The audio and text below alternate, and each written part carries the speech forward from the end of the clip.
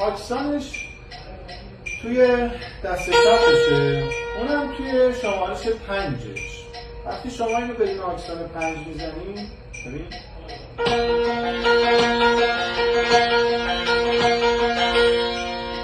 اون ترکیباتش بیرون نمیاد.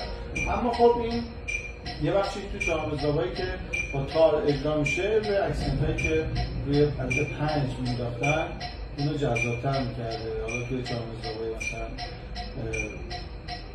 شور آقای شهناز یا جای دیگه هم میتونی اینو پیدا بکنی. نگاه کن.